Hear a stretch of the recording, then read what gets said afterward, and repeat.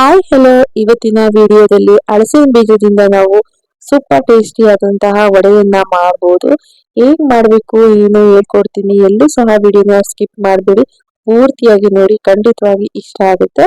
ಮೊದಲಿಗೆ ನಾನಿಲ್ಲಿ ಒಂದು ಅರ್ಧ ಕಪ್ನಷ್ಟು ಹಲಸಿನ ಬೀಜವನ್ನ ತಗೊಂಡು ಚೆನ್ನಾಗಿ ವಾಶ್ ಮಾಡ್ಕೊಂಡಿದ್ದೀನಿ. ಈಗ ಇದನ್ನ ಒಂದು ಕುಕ್ಕರ್ ನಲ್ಲಿ ಹಾಕೊಂಡು ಅದಕ್ಕೆ ಸ್ವಲ್ಪ ನೀರನ್ನ ಆಡ್ ಮಾಡ್ಕೊಂಡು ನಂತರ ಇದಕ್ಕೆ ಸ್ವಲ್ಪ ಉಪ್ಪನ್ನ ಸೇರಿಸ್ಕೊಂಡು ಒಂದು 3 ರಿಂದ 4 ವಿಷಲ್ ಬರೋ ತರ ಬೇಯಿಸ್ಕೊಳ್ತಾ ಇದೀನಿ. ನೋಡ್ತಾ ಇರ್ಬೋದು, ಈ ರೀತಿಯಾಗಿ ಚೆನ್ನಾಗಿ ಬೇಯಬೇಕು. ನಂತರ ನೀರನ್ನ ಸಪರೇಟ್ ಮಾಡ್ಕೊಂಡು ಇದು ಸ್ವಲ್ಪ ತಣ್ಣಗಾಗಕ್ಕೆ ಬಿಡೋಣ. ಅಷ್ಟರಲ್ಲಿ ಒಂದು ಮಿಕ್ಸಿ ಜಾರ್ನಲ್ಲಿ ಚಕ್ಕೆ, ಲವಂಗ, ಸ್ವಲ್ಪ ಬೆಳ್ಳುಳ್ಳಿ ಹಾಗೂ ಸ್ವಲ್ಪ ಶುಂಠಿಯನ್ನ ಹಾಕೊಳ್ತಾ ಇದ್ದೀನಿ. ನಂತರ ಇದಕ್ಕೆ ಖಾರಕ್ಕೆ ಅನುಗುಣವಾಗಿ ಹಸಿಮೆಣಸಿನಕಾಯನ್ನ ಹಾಕೊಳ್ತಾ ಇದ್ದೀನಿ. ಈಗ ಇದನ್ನ ಒಮ್ಮೆ ಚೆನ್ನಾಗಿ ಗ್ರೈಂಡ್ ಮಾಡ್ಕೊಳ್ಳಿ. ನಂತರ ಇದೇ ಮಿಕ್ಸಿ ಜಾರ್ಗೆ ಈಗಾಗಲೇ ನಾವು ಬೇಯಿಸಿಟ್ಕೊಂಡಿರುವಂತಹ ಹಲಸಿನ ಬೀಜ ಏನಿರುತ್ತಲ್ಲ ಅದನ್ನು ಸಹ ಇದರೊಟ್ಟಿಗೆ ಹಾಕೋಬೇಕಾಗುತ್ತೆ. ಇದನ್ನು ಸಹ ಇದರೊಟ್ಟಿಗೆ ಹಾಕಿ ಒಮ್ಮೆ ನುಣ್ಣಗೆ ಗ್ರೈಂಡ್ ಮಾಡ್ಕೋಬೇಕಾಗುತ್ತೆ. ನೀರನ್ನ ಆಡ್ ಮಾಡಕ್ ಹೋಗ್ಬೇಡಿ, ಈ ರೀತಿಯಾಗಿ ನುಣ್ಣಗೆ ಗ್ರೈಂಡ್ ಮಾಡ್ಕೊಳ್ಳಿ. ನೋಡ್ತಾ ಇರ್ಬೋದು, ಈ ರೀತಿಯಾಗಿ ಕನ್ಸಿಸ್ಟೆನ್ಸಿ ಇರಬೇಕು, ಗಟ್ಟಿಯಾಗಿ. ಈಗ ಇದನ್ನ ಒಂದು ಬೌಲ್ಗೆ ಹಾಕೋಬೇಕಾಗುತ್ತೆ. ಖಾರ ನಿಮ್ಗಿಂತ ಜಾಸ್ತಿ ಬೇಕಂದ್ರೆ ಜಾಸ್ತಿ ಮೆಣಸಿನಕಾಯಿ ಹಾಕೊಳ್ಳಿ. ಈಗ ಇದನ್ನ ಒಂದು ಬೌಲ್ಗೆ ತೆಗೆದಿಟ್ಕೊಳ್ತಾ ಇದೀನಿ. ನಂತರ ಇದಕ್ಕೆ ಸಣ್ಣಗೆ ಕಟ್ ಮಾಡ್ಕೊಂಡಿರುವಂತಹ ಕರಿಬೇವು, ಸಣ್ಣಗೆ ಕಟ್ ಮಾಡ್ಕೊಂಡಿರುವಂತಹ ಕೊತ್ತಂಬರಿ ಸೊಪ್ಪು, ಹಾಗೆ ಸಣ್ಣಗೆ ಕಟ್ ಮಾಡ್ಕೊಂಡಿರುವಂತಹ ಈರುಳ್ಳಿಯನ್ನ ಹಾಕೊಂಡು 1 ಸ್ಪೂನ್ ಅಷ್ಟು ಜೀರಿಗೆಯನ್ನ ಹಾಕೊಂಡು ರುಚಿಗೆ ತಕ್ಕಷ್ಟು ಉಪ್ಪನ್ನ ಹಾಕೊಳ್ತಾ ಇದೀನಿ. ನಂತರ ಅರ್ಧ ಸ್ಪೂನ್ ಅಷ್ಟು ಅರಿಶಿನವನ್ನ ಹಾಕೊಂಡು ಒಮ್ಮೆ ಚೆನ್ನಾಗಿ ಮಿಕ್ಸ್ ಮಾಡ್ಕೊಳ್ಳಿ. ನೀವು ಬೇಕಾದ್ರೆ ಇಲ್ಲಿ ಅಕ್ಕಿ ಹಿಟ್ಟು ಅಥವಾ ಕಡಲೆ ಹಿಟ್ಟನ್ನ ಹಾಕೋಬಹುದು. ನಾನಿಲ್ಲಿ ಏನನ್ನು ಸಹ ಯೂಸ್ ಮಾಡಿಲ್ಲ. ಈ ರೀತಿಯಾಗಿ ಕೈಯಿಂದ ಚೆನ್ನಾಗಿ ಕಲಿಸ್ಕೋಬೇಕಾಗುತ್ತೆ. ನಿಮ್ಗೆ ಏನಾದ್ರೂ ಸ್ವಲ್ಪ ತೆಳ್ಳಗನ್ಸಿದ್ರೆ ಅಕ್ಕಿ ಹಿಟ್ಟು ಅಥವಾ ಕಡಲೆ ಹಿಟ್ಟನ್ನ ಹಾಕೊಳ್ಳಿ, ಇಲ್ಲಾಂದ್ರೆ ಏನು ಹಾಕೋಬೇಡಿ, ಇಷ್ಟೇ ಸಾಕಾಗುತ್ತೆ.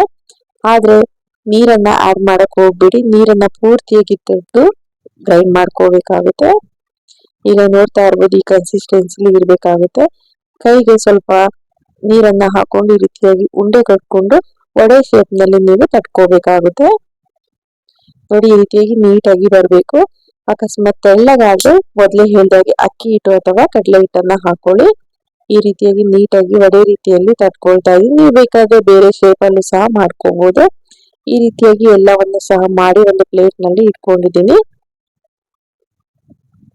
ನೀವು ಬೇಕಾದ್ರೆ ಇಲ್ಲಿ ಮಧ್ಯ ಹೋಲನ್ನು ಸಹ ಮಾಡ್ಕೋಬಹುದು. ನಾನಿಲ್ಲಿ ಏನು ಮಾಡ್ಕೊಂಡಿಲ್ಲ, ನಾರ್ಮಲ್ ವಡೆ ರೀತಿಯಾಗಿ ತಟ್ಕೊಂಡಿದೀನಿ. ಈಗ ಈ ಕಡೆ ಎಣ್ಣೆಯನ್ನ ಚೆನ್ನಾಗಿ ಕಾಯೋಕೆ ಇಟ್ಟಿದೆ. ಎಣ್ಣೆ ಚೆನ್ನಾಗಿ ಕಾದ ನಂತರ ಒಂದೊಂದು ವಡೆಗಳನ್ನ ಅದರಲ್ಲಿ ಹಾಕೊಳ್ತಾ ಇದ್ದೀನಿ. ಇನ್ನು ನನ್ನ ಚಾನೆಲ್ ನಲ್ಲಿ ಸುಮಾರು ಕುಕಿಂಗ್ ವಿಡಿಯೋಸ್ಗಳು, ಲಾಗ್ಸ್ ಗಳನ್ನ ಅಪ್ಲೋಡ್ ಮಾಡಿದೀನಿ. ಅವುಗಳನ್ನು ಸಹ ನೋಡಿ ಹೇಗಿದೆ ಕಮೆಂಟ್ ಮೂಲಕ ತಿಳಿಸಿ. ಈಗ ನೋಡ್ತಾ ಇರ್ಬೋದು, ಇದು ಎಣ್ಣೆಯಲ್ಲಿ ಚೆನ್ನಾಗಿ ಫ್ರೈ ಆಗ್ತಿದೆ. ಈಗ ಇದನ್ನ ಸ್ಪೂನಿನ ಸಹಾಯದಿಂದ ಮತ್ತೊಂದ್ ಕಡೆ ಫ್ಲಿಪ್ ಮಾಡ್ಬೇಕಾಗುತ್ತೆ. ನೀವು ನಾರ್ಮಲ್ ಆಗಿ ವಡೆನೆಲ್ಲ ಯಾವ ರೀತಿಯಾಗಿ ಬೇಯಿಸ್ಕೊಳ್ತೀರಾ ಅದೇ ರೀತಿಯಾಗಿನೇ ಎಣ್ಣೆಯಲ್ಲಿ ನೀಟಾಗಿ ಫ್ರೈ ಮಾಡ್ಕೋಬೇಕಾಗುತ್ತೆ.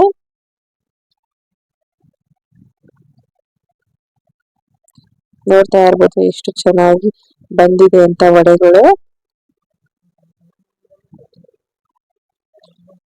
ತುಂಬಾ ಅಂದ್ರೆ ತುಂಬಾ ಟೇಸ್ಟಿಯಾಗಿ ಬಂದಿತ್ತು. ನಿಮ್ಗೆ ಇದು ಹಲಸಿನ ಬೀಜದಿಂದ ಮಾಡಿದಿರಿ ಅಂತಾನೆ ಗೊತ್ತಾಗಲ್ಲ, ಅಷ್ಟು ಚೆನ್ನಾಗಿತ್ತು. ನೋಡ್ತಾ ಇರ್ಬೋದು, ಎಲ್ಲಾ ವಡೆಗಳು ಸಹ ರೆಡಿ ಆಗಿದೆ. ಸ್ವಲ್ಪನೂ ಸಹ ಕಟ್ಟಾಗಿಲ್ಲ, ಕಿತ್ಕೊಂಡ್ ಬಂದಿಲ್ಲ.